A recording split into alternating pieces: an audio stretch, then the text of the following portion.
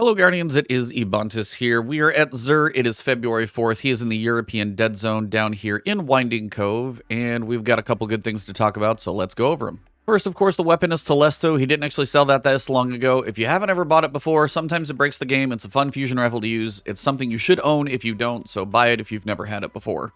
For both the Hunter and the Titan, we have the Aeon set, and these are the ones that are good for stunning champions and getting benefits as kind of a group for high-level activities. It's not bad to own a pair of these. Unfortunately for the Hunter, you've got a very high resilience, very low mobility, and not the best in recovery set of armor. So if you don't have a pair of these and you've never had a pair, this is probably going to be slightly better than collections, but there's a lot of wasted stats here. This is not a good roll. It's just if you want to experiment with the functionality, that's the only reason I would buy these.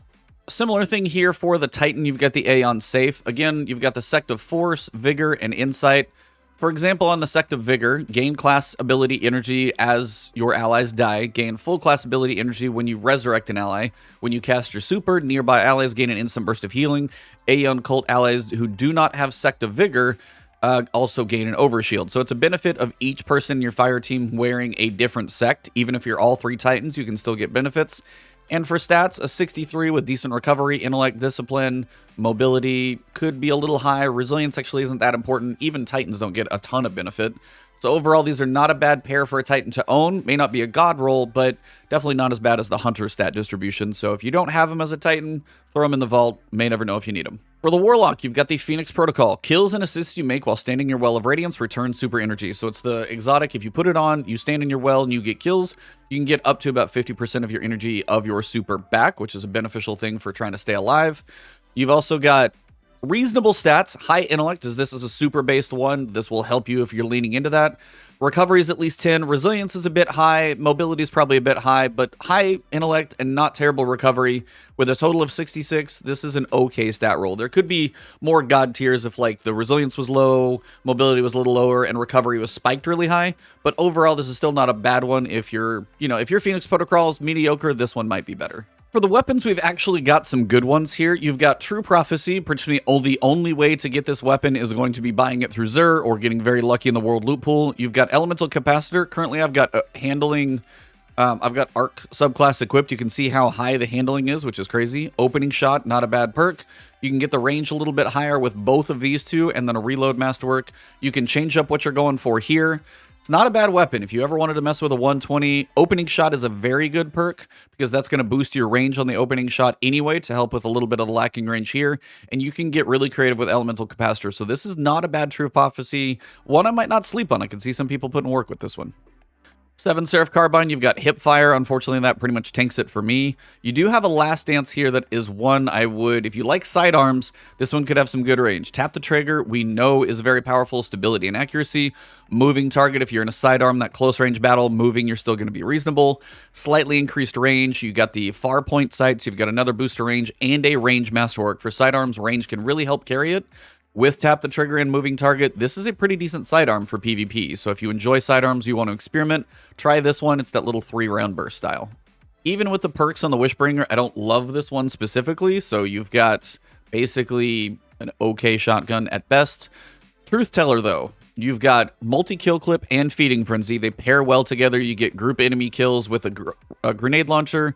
You're going to get bonus damage on your next one. You get a faster reload. You also have the options of concussive, which is going to do less damage but have that stunning effect or staggering enemies. You've also got these spike grenades for that increased damage.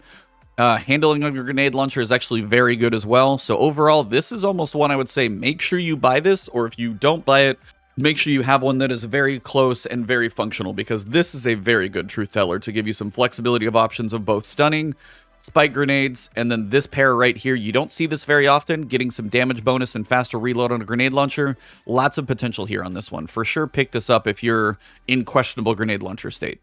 Honor's Edge, Tireless Blade, Shattering Blade, not so much. This is the Trials rocket launcher. If you don't have it, it's worth getting a rocket launcher that's reasonable. You do have tracking on here.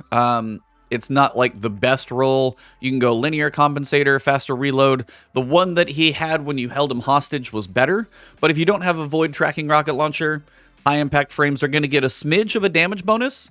And, you can get a little thresh out of this as well. Not a god roll, but if you don't have a good void grenade launcher, especially one with tracking, It's hard to get this grenade rocket launcher anyway because it's from Trials, so I'd pick it up if you don't have one. If you're missing a void tracking grenade launcher especially, throw this in the mix.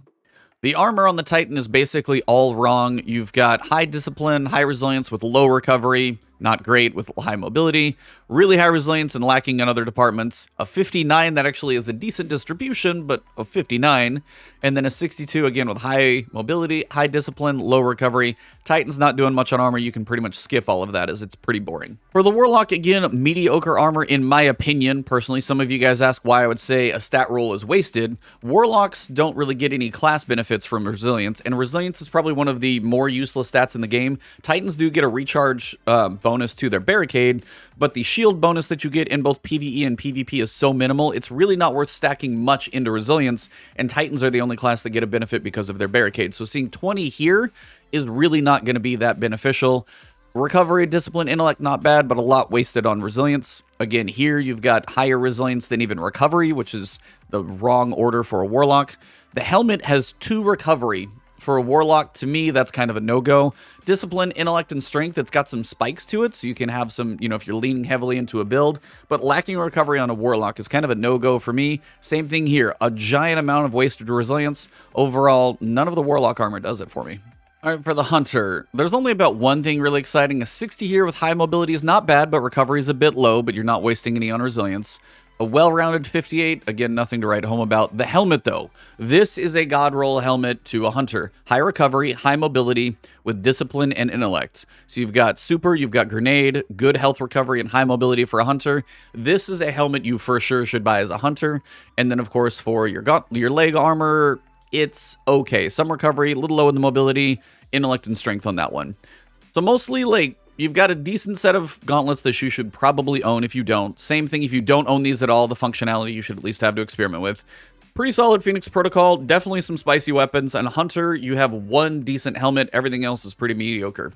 One more piece of advice for you guys. If you are looking to play Trials this weekend, the Freelance Experiment is back. Freelance Trials, no teams, so everybody plays completely as a solo, and then you're matched up. So if you are looking to do Freelance Trials, it is back, and it is bonus Trials reputation. This is one of those times I highly recommend you playing. So I wanted to get that little piece in there. But if you are checking out Xur, that pretty much covers it. So if you enjoyed the video, drop a like below. Leave a comment if you've got anything that I may not have shouted out that needed it. If you want to find me on Twitter, it's Ebontis. Streaming over on Twitch. We've had a ton of fun lately. Ebontis over there. Right here on YouTube, though. If you haven't subscribed yet, hit that subscribe button. Hit the alert bell. A lot of videos coming, and Witch Queen is going to be crazy busy, so make sure you subscribe so you don't miss those. If you want to support me directly, you can join the channel as a member, or you can find my Patreon in the description. Thank you very much. You guys are amazing. I'll see you soon.